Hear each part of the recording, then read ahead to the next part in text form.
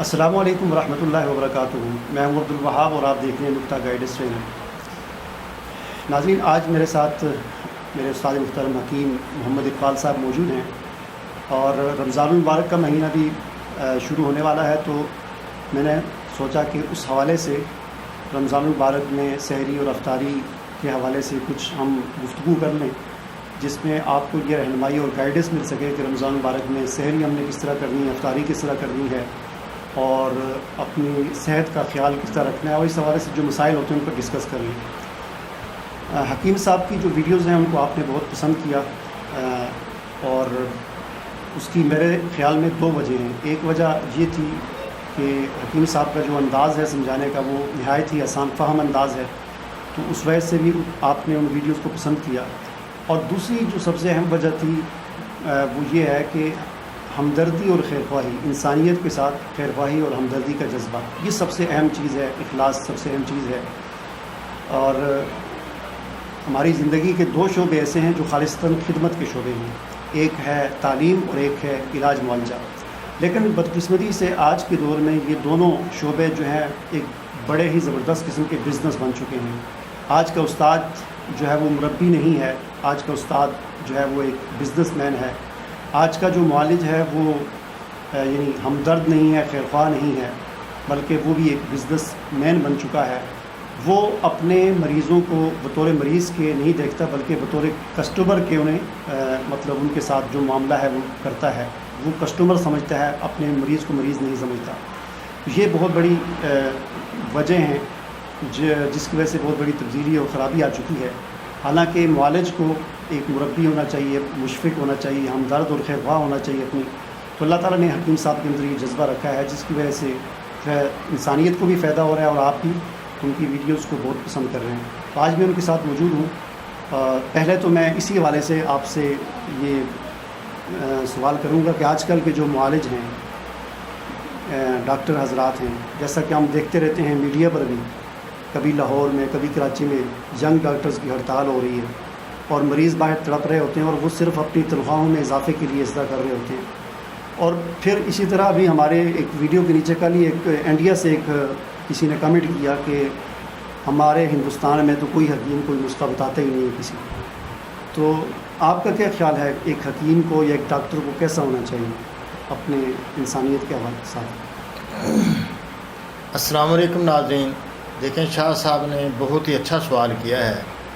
یہ گلہ بھی بنتا ہے، حکماء اور ڈاکٹر حضرات سے گلہ بھی کر رہے ہیں کہ دیکھو بتانے کے لیے تیار نہیں۔ تو دراصل یہ تو ایک مسیحائی ہے، یعنی جس طرح عیسیٰ علیہ السلام ایک ہاتھ رکھتے تھے تو بندہ کوڑی بندہ بھی ٹھیک ہو جاتا تھا، تو وہی دراصل یہ علاج معالجے کا وہی مقام ہے۔ انبیاء علیہ السلام کا علم اللہ پاک نے انبیاء علیہ السلام کے ذریعے سے علم جو علم حکمت ہے انسانوں تک پہنچایا۔ اب یہ پیغمبرانہ پیشہ تھا یا پیغمبرانہ ایک صفت تھی جو اللہ پاک نے عطا کی تھی۔ اب ایسی صفت کو بطور وہ بن گئے، یعنی ایک اس کو جیسے شاہ صاحب بتا رہے ہیں کہ ایسی چیز کو لے لیا، ایک یعنی اس کو بنا دیا، کاروبار بنا دیا یا خدمت سے نکال دیا۔ تو یہ بھی ایک ایمان کی کمزوری کی علامت ہے کہ دیکھو اگر بندہ خدمت پر آ جائے تو ترمذی شریف میں حضرت مولانا ترمذی رحمۃ اللہ علیہ بڑے محدث تھے، فرماتے ہیں کہ اگر بندہ اس خدمت پر آ جائے، وہ جو طبی خدمت ہے اس پر آ جائے، تو اللہ اس کو پاک رزق دیتا ہے اور اس کے رزق کے دروازے کھولتا ہے۔ اب ہمیں شک شبہ ہے کہ ہم اگر پیسے نہیں لیں گے یا ویسی خدمت کریں گے یا چیزیں بتائیں گے تو ہمارا نفع کم ہو جائے گا۔ حالانکہ نفع کم نہیں ہوتا، یہ شک شبہ ہے، نفع تو بڑھ جاتا ہے اس سے بتانے سے۔ الحمدللہ دیکھو میرا پتہ ہی نہیں تھا کسی کو، خود مجھے علم نہیں تھا میرا کہ میں کون ہوں کیا ہوں۔ تو جب میں نے دیکھو خدمت کے طور پر انسانی جذبے کے تحت یا خدمت کے طور پر ہم نے اپنے نسخے بتائے، صابر رحمۃ اللہ علیہ کی بات جو پہلے سے موجود ہے اسی کو تھوڑا ایکسپلین کیا، تو کتنا آپ لوگوں نے پسند کیا، کتنی دعائیں ہم نے وصول کی ہیں کہ کیسے کیسے لوگ ہمارے پاس آئے، کتنے کیسے کیسے بزرگ ہمارے پاس آئے، کہاں کہاں سے آئے، تو کتنے لوگوں نے دعائیں کی۔ تو اس سے فائدہ ہے یا وپاری یا تاجر بننے سے فائدہ ہے کہ بندہ تاجر بن جائے؟ اس طرح ایک کسائی ہوتا ہے، وہ وہ دیکھتا ہے جانور کو کیسے اس کو لوٹا جائے یا کس طرح اس کو کتنا اس میں گوشت ہے. تو یہ بڑی زیادتی اور ظلم والی بات ہے کہ ایسا رویہ اختیار کیا جائے. اسی نے حکمت خراب کی ہے اور اسی نے یعنی یہ بڑا ایک مشہور واقعہ ہے کہ اخبار میں نے پڑھا گجر خان راولپنڈی کے قریب. تو وہاں کرنل صاحب لکھ رہے تھے کہ مجھے ہیپاٹائٹس ہو گیا. تو وہاں میں آیا تو میرے والد انہوں نے چھٹی دے دی سال کی آرمی والوں نے. تو وہ میں پھر گجر خان میں آیا اپنے میرے والد صاحب نے کہا کہ ادھر جائیں ان کے پاس ایک حکیم کے پاس. وہ 30 روپے کی صرف دوائی دیتا ہے ہیپاٹائٹس. وہ کہتے ہیں کہ میں نے لے لی تو وہ میں ٹھیک ہو گیا, میری رپورٹ بھی ساری کلیئر ہو گئی. پھر میں نے دوبارہ جانک دی, وہاں دوبارہ جانک دے دی. تو کچھ دن بعد میرے دوسرے اپنا یونٹ کے تھے اپنا کچھ سپاہی اس کو ہو گیا ہیپاٹائٹس. پھر میں ان کو ان کے پاس لے کے آیا تو بابا جی فوت ہو چکے تھے.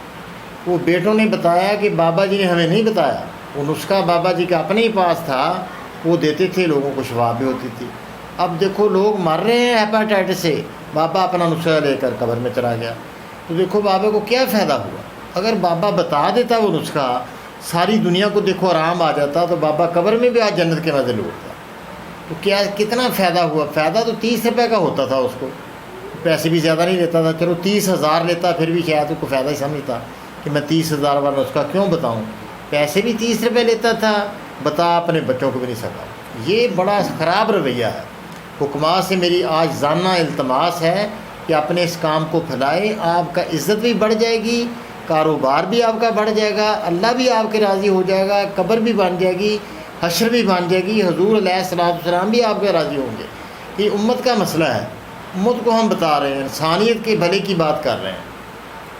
اچھا حکیم صاحب, اب ہم اپنے موضوع کی طرف آتے ہیں. جیسا کہ میں نے کہا آج کا ہمارا جو موضوع ہے وہ رمضان المبارک کے حوالے سے ہے. رمضان المبارک کا مہینہ شروع ہونے والا ہے, تو اس حوالے سے لوگوں کو کافی مسائل ہوتے ہیں. تو میرا پہلا جو آپ سے سوال ہے وہ یہ ہے کہ رمضان میں خوراک کے حوالے سے کیا کیا احتیاطیں کرنی چاہیے. سحری کے وقت کس طرح کی خوراک کھانی چاہیے, یعنی گرمی کا موسم ہے, اسی طرح افطاری کے وقت. اور پھر اسی طرح ایک بہت بڑا جو مسئلہ بعض لوگوں کو ہوتا ہے, اب گرمی کا سیزن ہے تو بعض لوگ کہتے ہیں کہ ہمیں پیاس بڑی لگتی ہے. تو سحری کے وقت کس قسم کی خوراک لیں کہ جس سے دن کو طبیعت بھی ٹھیک رہے اور پیاس بھی زیادہ نہ لگے. دیکھیں, پہلے سے یہ طے ہے بزرگوں کی طرف سے کہ دہی کا استعمال کیا جائے. دہی کا استعمال کیوں کرتے ہیں, کوئی بھی ترش جب چیز استعمال کرتے ہیں تو جگر جو ہے نا, جگر کا فعل ذرا کمزور ہوتا ہے, کمی آتی ہے اس میں, جگر پیدا کرتا ہے حرارت. جب کوئی ترش چیز استعمال, لیموں کی شکنجوی لے لی جائے یا دہی لے لیا جائے یا کھٹی لسی لے لیا جائے, کچھ نہ کچھ اچار استعمال کریں تو اس سے جگر میں سکون ہوگا, پیاس نہیں لگے گی. تو پہلے سے دہی دیکھو, ہمارے والدین بڑے بزرگ دہی دیا کرتے تھے روزہ رکھنے میں. ہوٹلوں پر بھی جاتے تھے, روزہ کبھی رکھتے تھے راستے میں وہ بھی دہی دیتے تھے بڑے بڑے پیالے. تو وہ کیا وجہ ہے کہ پہلے سے طے ہے کہ قدرے ترش چیزیں کھانے سے پیاس میں کمی آتی ہے. اچھا, پھر دیکھیں ایک اور بھی شریعت نے سہولت دی ہے کہ نہانا جائز ہے. تو ہمارے علاقے میں تو ایک ٹربائنیں لگی ہوتی ہیں, ان کے پانی نکلتا ہے جس طرح ایک ٹیوبل ہوتا ہے نا, تو اس میں کچھ دیر ہم بیٹھ جایا کرتے. جب دوپہر کے وقت نا اس میں بیٹھتے تو پانی جو ہے جسم کے اندر جذب ہو جاتا ہے. یہ شریعت کی صورت ہے, پینا تو جائز نہیں, لیکن سخت پیاس کی حالت میں تھوڑا بہت آپ آدھا گھنٹہ 15 منٹ اس میں بیٹھ جائیں پانی میں, تو پانی بھی آپ کے اندر جذب ہو جائے گا. تو شدید پیاس جو ہے آپ کی بجھ جائے گی, بڑی آسانی رہے گی روزہ رکھنے میں بے حد. کیونکہ ہمارے علاقے میں 55 پر درجہ حرارت چل جاتا ہے, 55 کے اوپر یا 56 کے اوپر بھی دیکھا گیا کہ اس علاقے میں درجہ. اتنی سخت گرمی میں یعنی دہی وغیرہ کا استعمال بڑھایا جائے. جس جگہ بھی جو بھی دہی استعمال کرے گا پیاس اس کو نہیں لگے گی. اور لوبیا اوپر والے علاقوں میں ہم دیکھتے ہیں کہ لوبیا بہت کھاتے ہیں وہ لوگ, لوبیا بھی پیاس بجھاتا ہے. یا آپ آلو والا سالن استعمال کر لیں, اس سے بھی پیاس میں بے حد کمی آتی ہے. کوئی لیموں والی شکنجوی یہ بھی اگر آپ پی لیں, یا کوئی ایسی چیز ترش تھوڑی بہت ساتھ استعمال کر رہے ہیں, دہی نہ بھی ملے تو کوئی ترش چیز کھائیں گے تو بے حد سکون ہوگا, پیاس نہیں لگے گی آپ کو. اچھا، یہ شوگر کے جو مریض ہوتے ہیں ان کو بھوک بہت زیادہ لگتی ہے، ویسے بھی رمضان میں عام بندوں کو بھی بعض اوقات دن بڑے ہوتے ہیں، گرمیوں میں بھوک بہت زیادہ لگتی ہے، تو اس حوالے سے کیا؟ دیکھیں شوگر جو ہے نا، شوگر والے مریض یہ بھی روزہ آسانی سے رکھ سکتے ہیں۔ وہ کیا کریں کہ اپنا شوگر لیول جو ہے یہ 18 گھنٹے کا روزہ رکھیں گے تو خود بخود شوگر لیول ان کا نارمل ہو جائے گا۔ اگر وہ کوئی دوائی وغیرہ کھاتے ہیں، ساتھ کوئی انسولین لگاتے ہیں دوائی، تو صبح انسولین نہ لگائیں اور نہ کوئی دوائی کھائیں شوگر والی۔ اس سے کیا ہوگا کہ پہلے شوگر جو ہے، خوراک تو جسم کے اندر موجود ہے نا، تو جب وہ خوراک ہضم ہو جائے گی ایسا ایسا لیول جو ہے شوگر کا خود بخود کم ہوتا جائے گا، اور دیکھیں گے کہ شام تک شوگر کا لیول ہی کم ہو گیا اور بھوک بھی نہیں لگی، کیونکہ وہ بھوک لگتی ہے انسولین جب لگاتا ہے بندہ، وہ کنٹرول ہو جاتا ہے نا، شوگر جب کنٹرول ہوتی ہے تو بھوک لگتی ہے، تو وہ کنٹرول شوگر کا جو کنٹرولر دوائی ہے، شوگر روزہ رکھنے کے بعد وہ نہ کھائی جائے، تو وہ جو خوراک اندر موجود رہے گی وہ کم نہیں ہوگی، اس کی جو انسولین کی وجہ سے لیول اس کا خوراک کا گلوکوز کا نیچے آئے گا، وہ نہیں آئے گا، تو بندہ آسانی سے روزہ جو ہے نبھا سکے گا۔ اگر وہ اس نے انسولین یا کچھ لگا کے اس نے شوگر کا لیول کم کر لیا تو پھر بھی اس کو پریشانی بڑھ جائے گی، لیول کم ہوگا تو بھوک بھی اس کو بہت زیادہ لگ جائے گی، پیاس بھی اس کو بہت زیادہ لگ جائے گی، تو وہ کم ہونے کا خطرہ بھی شوگر کا کوئی ایسا مسئلہ نہ بن جائے۔ تو اس طرح شوگر والے بھی آسانی سے روزہ رکھ سکتے ہیں۔ صبح جو شوگر والی گولیاں کھاتے ہیں وہ نہ کھائیں، کوئی بلڈ پریشر کی کھاتے ہیں گولی یا کوئی ایسی دوائی لیتے ہیں وہ لے لیں، شوگر والی کو ڈائمیکران جو بھی وہ شوگر کی وجہ سے کھاتے ہیں وہ نہ کھائیں، تو انشاءاللہ آسانی سے روزہ رکھ سکتے ہیں کہ کوئی مسئلہ نہیں۔ تھوڑی بہت کھجور بھی استعمال کی جائے رمضان المبارک میں، شوگر والے بھی کچھ نہ کچھ یہ اپنا کھجور کا استعمال کریں، تو انشاءاللہ یہ کوئی نقصان نہیں سے ہوتا، اس سے فائدہ ہی ہوتا ہے۔ عموماً یہ نہ کھائیں، لیکن رمضان المبارک میں ضرور سحری میں آپ استعمال کریں، عمومی بندے بھی استعمال کریں، ان کو بھی بہت فائدہ ہے، انرجی بہت زیادہ اس میں پاور ہے۔ اچھا، اب ذرا افطاری کے حوالے سے تھوڑا سا بتا دیں کہ افطاری میں کیا کیا احتیاطیں کرنی چاہیے، کیونکہ بعض لوگ ہوتے ہیں جو ہی افطاری کرتے ہیں تو بہت زیادہ پانی پی لیتے ہیں، بعض جو ہے مختلف قسم کے کولڈ ڈرنکس وغیرہ ان کا استعمال کرتے ہیں، تو افطاری میں کس طرح کی احتیاطیں کرنی چاہیے؟ کیونکہ افطاری میں سب سے بڑی جو شکایت ہوتی ہے لوگوں کو وہ یہ ہوتی ہے کہ افطاری کرنے کے بعد پھر ہلا نہیں جاتا، عشاء کی نماز اور تراویح نہیں پڑھی جاتی، تو افطاری کس طرح کرنی چاہیے، اس میں کیا کیا احتیاطیں کرنی چاہیے؟ یہ ماشاءاللہ بہت اچھا شاہ صاحب نے سوال کیا ہے کہ افطاری کرتے ہی بندہ گر جاتا ہے، بلڈ پریشر اس کا کمزور کم ہو جاتا ہے، بالکل اس میں نماز پڑھنے بھی اس سے مشکل ہو جاتی ہے، تراویح کی طرف جانا بھی مشکل ہو جاتا ہے، کیونکہ وقت تھوڑا ہوتا ہے، انرجی کم ہو جاتی ہے۔ حالانکہ کوئی مسئلہ نہیں ہے، اگر تھوڑا سا آپ غور کریں اس بات پر، اپنے رویے پر، تو نماز پڑھنی بھی آسان ہو جائے گی انشاءاللہ آپ کو۔ یہ جو ہے نا جی، بندہ دیکھو روزہ جب 15-16 گھنٹے کا روزہ ہے تو اس سے حرارت ڈراپ ہو جاتی ہے، تو جب پیاس بھی لگی ہوتی ہے تو بندہ ٹھنڈا پانی، کچی لسی وغیرہ یا کوئی ایسی میٹھے پانی جب بندہ بہت کثرت سے پیتا ہے تو بلڈ پریشر بہت زیادہ کم ہو جاتا ہے، بندے کا دل ڈوب جاتا ہے، جب دل ڈوبتا ہے تو جسم کمزوری محسوس کرتا ہے، بندہ لیٹ جاتا ہے، ہمتی ہو جاتی ہے، ہمت ہی ختم ہو جاتی ہے۔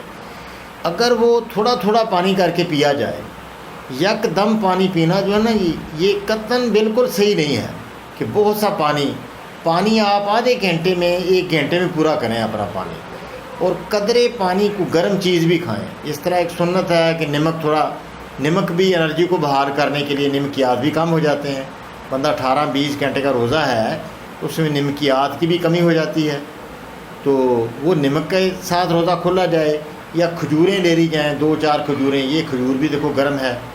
یہ اب جو گرمی حرارت سے انرجی ہے، حرارت کے اندر ایک پاور ہو جائے گی جسم کے اندر، جسم اس طرح گرے گا نہیں، کچھ چائے وغیرہ بھی ساتھ پی لیں۔ کولڈ ڈرنک دیکھو، جو بعض ہم نے رویہ دیکھا ہے کہ وہ پیپسی کوکا کولا سے روزہ کھولتے ہیں، تو وہ دیکھیں بڑا ظلم ہے کہ 18-20 گھنٹے کا خالی پیٹ ہے، اوپر آپ سے نے تیزاب اس میں گرا دیا، تو وہ سوراخ ہی کرنے میدے کے اندر جا کے اس نے میدے کے اندر السر ہی ہونا ہے۔ وہ تو تیزاب 3 تیزاب ہیں، خود انہوں نے لکھا ہے، لیکن لکھا بریک ہے تاکہ پڑھا نہ جائے، تاکہ لوگوں کو پتہ نہ چل جائے۔ آپ اچھی طرح غور کر کے نوجوان ہماری پڑھیں، وہاں 3 طرح کے تیزاب لکھے ہیں انہوں نے ہر بوتل میں، تو تو وہ بوتل جب بندہ روزے میں کھولتا، بوتل کے ساتھ کھولتا ہے، پیپسی کوکا کولا کے ساتھ کھولتا ہے، تو وہ اندر جا کے وہاں زخم ہونے کا خطرہ ہوتا ہے۔ یہ نہ کیا کریں، ہاں اس کی بجائے ان ساری قباحتوں سے بچنے کے لیے کچھ چیزیں آپ لے لیں۔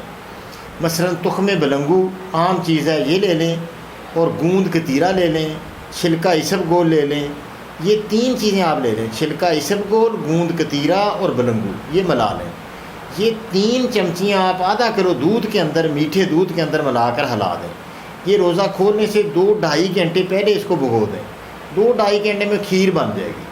اس سے اگر آپ روزہ کھولیں گے تو پیاس بھی آپ کی بجھ جائے گی، آپ کے اندر طاقت بھی برقرار ہو جائے گی، آپ کا جو پانی بھی پورا ہو جائے گا، اور آپ کے اندر تراوٹ بہت زیادہ آ جائے گی، تراویح پڑھنے بھی بہت آسان ہوگی، پوری بھرپور طاقت، انرجی جو ہے نا میٹھا ہی دیتا ہے، فوری انرجی، کمزوری جو ہے میٹھا ہی دیتا ہے۔ جب ہم گیم کیا کرتے تھے نا، یہ بیڈمنٹن کی، وہ جب گیمیں کر کر کے تھک جاتے تھے تو 2 چمچ ہم چینی کھاتے تھے، جیسے ہی چینی کھاتے تھے پھر انرجی آ جاتی، پھر ہم 2 گیمیں اور کر لیتے تھے۔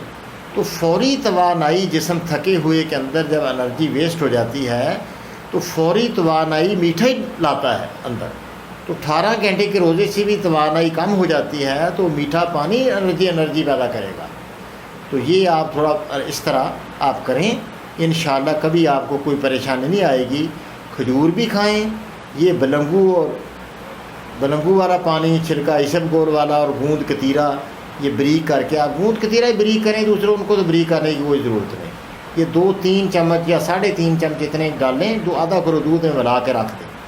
یہ آپ پئیں گے، انشاءاللہ پوری طاقت بھی بحال ہو جائے گی، چہرہ بھی آپ کا چمک جائے گا، جسم کے اندر بھی انرجی آ جائے گی، پانی بھی پورا ہو جائے گا، تراویح پڑھنے بھی انشاءاللہ بے حد آسان ہوگی، اور پیاس بھی آپ کو نہیں لگے گی، پانی بھی پورا ہو جائے گا آپ کا۔ تو ناظرین، رمضان مبارک کے حوالے سے چند ایک جو سوالات تھے ان کا جواب آپ نے حکیم صاحب کی زبانی سنا۔ مجھے امید ہے کہ آپ کو ویڈیو پسند آئی ہوگی۔ مزید اگر آپ کچھ پوچھنا چاہیں تو آپ کمنٹ میں اپنا سوال لکھ سکتے ہیں، ہم کوشش کریں گے کہ آپ کو اس کا جواب دیں۔ ہمیں اجازت دیجیے، اللہ حافظ۔